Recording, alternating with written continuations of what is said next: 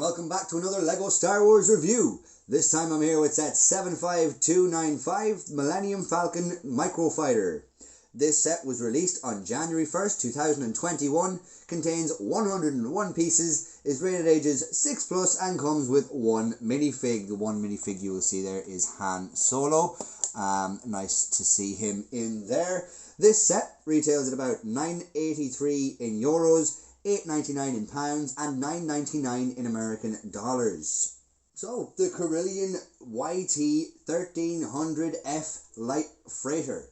The fastest hunk of junk in the galaxy, more commonly known as the Millennium Falcon, was owned by Lando Calrissian, Han Solo and Chewie, and most recently Rey Skywalker. And for each owner it also had a different look. Of course, Lando Calrissian's being white and blue with the escape pod on it, and then the only real difference between Rey and Chewie's Millennium Falcons was the satellite dish was a different shape. This is the ship that LEGO has decided to use for 2021's first microfighter, and for some odd reason it doesn't have an enemy ship. Usually every microfighter would have an enemy ship released to go with it, but for some reason this one just doesn't seem to have it there. It might have been discontinued, or it might have not come to fruition, but yeah, that's a bit odd.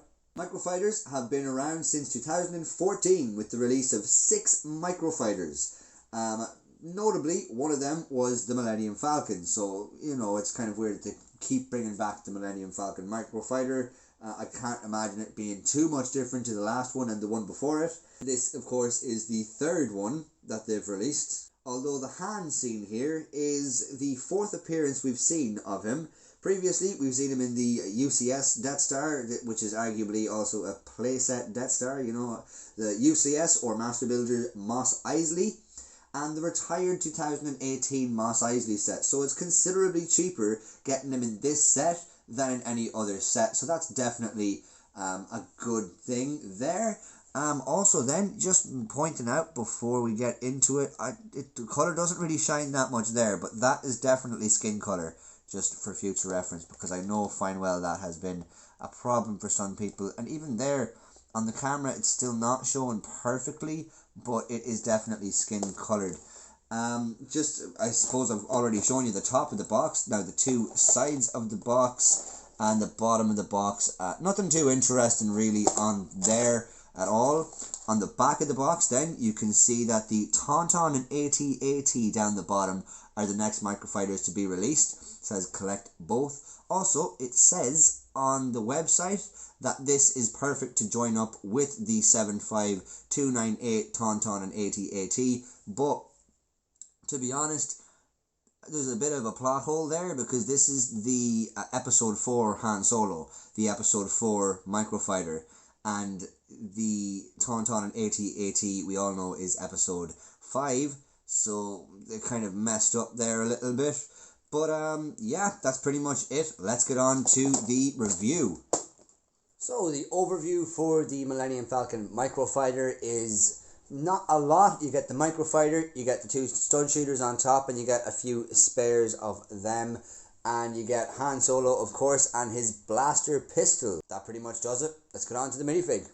So the only minifig we get in this set is Han Solo, and as I said, he was part of 3 other sets up until now. He was part of the more expensive sets like Mos Eisley, the Master Builder series, the Death Star play set, and the older Mos Eisley Cantina from 2018. Now it's a nice minifigure. It does have another print there for the face, which is nice to see there. It's definitely good for broadening horizons for play, of course. But pretty much standard enough look for Han Solo here.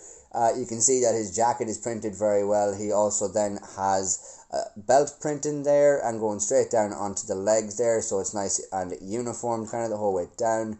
On the back, you will see more printing, just his jacket really. The colour of his arms there is pretty spot on, because it's not really yellow or not really white. It's kind of a little bit in between the two, maybe kind of like a stained white kind of look to it, which is definitely nice and accurate there. It's a good minifigure, but there's not really an awful lot I can say about it. It's definitely nice to get it in a cheaper set for people who want kind of an updated Han Solo from what they do have, for a little bit cheaper without getting the whole Death Star. But yeah, happy with the minifigure. Obviously enough then, he comes with his blaster. Let's move on to the build. So here we have the actual microfighter itself. Now it's a little bit ugly, and especially for like microfighters, I think some of them are nice, some of them just don't really translate well. This one is one that definitely could have translated well, but I think it's just a bit too much. Like these bits are a bit too pokey outy. Like these bits also are a bit too kind of bulky, and they just kind of, it's very big patches of different color. However, the back is nice. I always love when they have that part added in as if the engines are actually on. Definitely nice there. The way they have made the satellite dish here is quite nice. Simple but effective.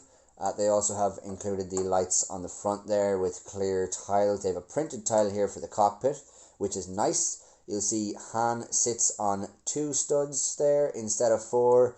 Definitely a nice little addition there. We also have a little windscreen just to kind of, so it's translated down into a microfighter. Then you will see the 2 stud shooters on top if you want to see how far they go. Both of them hit the couch over there, over yonder. And, you know, they work as well as other stud shooters do. You also get, as I said, spares for them in case you lose them.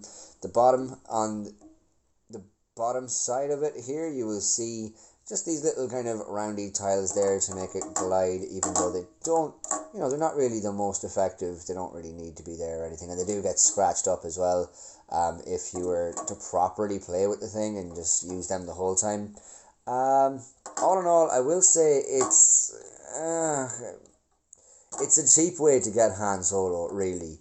I think I would have been happier with them putting out maybe a different microfighter, one that we haven't seen.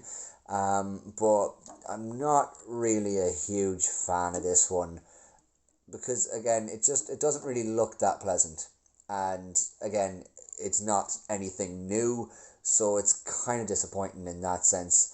But the kind of best point about it would be just the fact you're getting Han Solo in this set. And if any kids kind of like these microfighter sets, then yeah, go for it. But I don't really think I would recommend it for anyone over the age of like playing with Lego kind of age. I don't know what age that kind of stops at anymore. What, 12? Like less?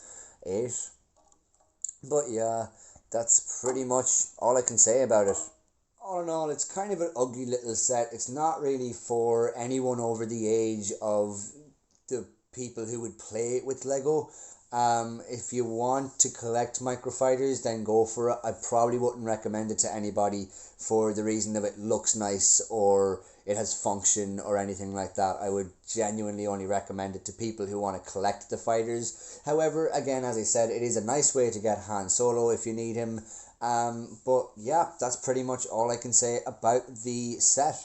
Thanks a million for watching my video, guys. Hope you enjoyed it. If you did, please leave a like down below, subscribe if you haven't already, and comment down below if you think there's anything that needs to be said. Thanks a million, guys. See you again. Take care.